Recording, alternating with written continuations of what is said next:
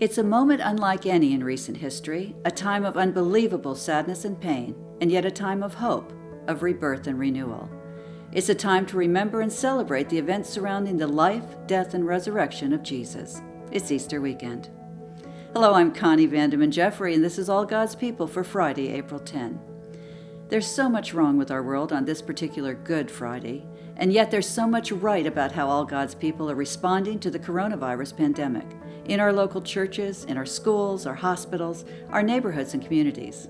Last week we shared how your local church is coming to you right where you are, by way of live streaming. This week, our focus is on schools. We had a chance to speak with Dr. Barrett Von Poli, Director of Education for the Pacific Union Conference, earlier this week. So nice to see you, Barrett. Thanks so much for joining us today. Thank you, Connie. It's nice to be with you. I want to ask you about the schools. How many students do we have? How many schools and classrooms does that represent? And how is everybody doing? Well, it's fair to say that everyone's lives have been sort of turned upside down. As across the union, virtually every one of our schools has been asked to stay away from their campuses to help with the social distancing. We have nearly 12,000 students in the Pacific Union, wow. Nearly 1,000 educators.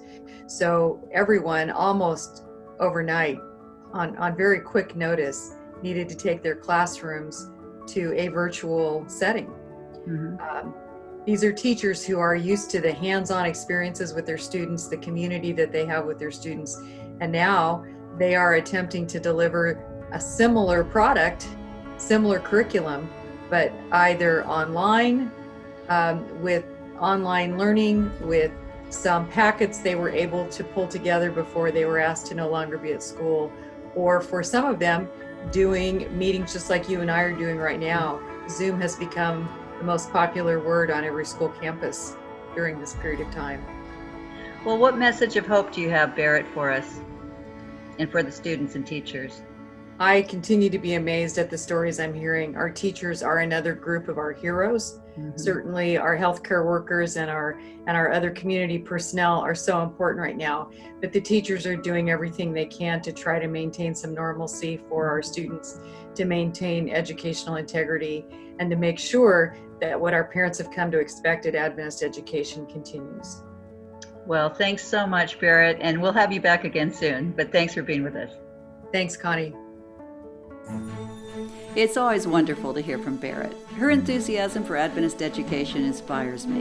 And let's continue to keep all the schools of the Pacific Union in our prayers. We have wonderful teachers working hard to create great learning opportunities in spite of the shelter-in-place precautions that have forced our classrooms and schools into online instruction. We'll continue to share their stories with you in Pacific Sunrise and The Recorder, as well as right here on All God's People. This week, we want to share 3 great stories from the Northern California Conference. At Lodi Academy, keeping parents informed and engaged in the education of their high school students is an important priority for the faculty. English AP Art History teacher Martin Surridge posted an orientation video for parents, showing what teachers and students did during the previous week. He also walked parents through the online school interface that the school is using during this critical time.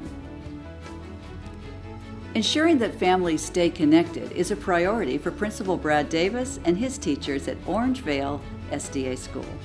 They're posting a daily greeting for school families, which includes information on plans for distance learning and other topics that parents are concerned about. To engage her students in learning, Meriah Matthews, the lower grades teacher at Yreka Adventist Christian School, records Miss Meriah's adventures and posts episodes on YouTube. She takes suggestions from her students and then demonstrates the activities that they propose.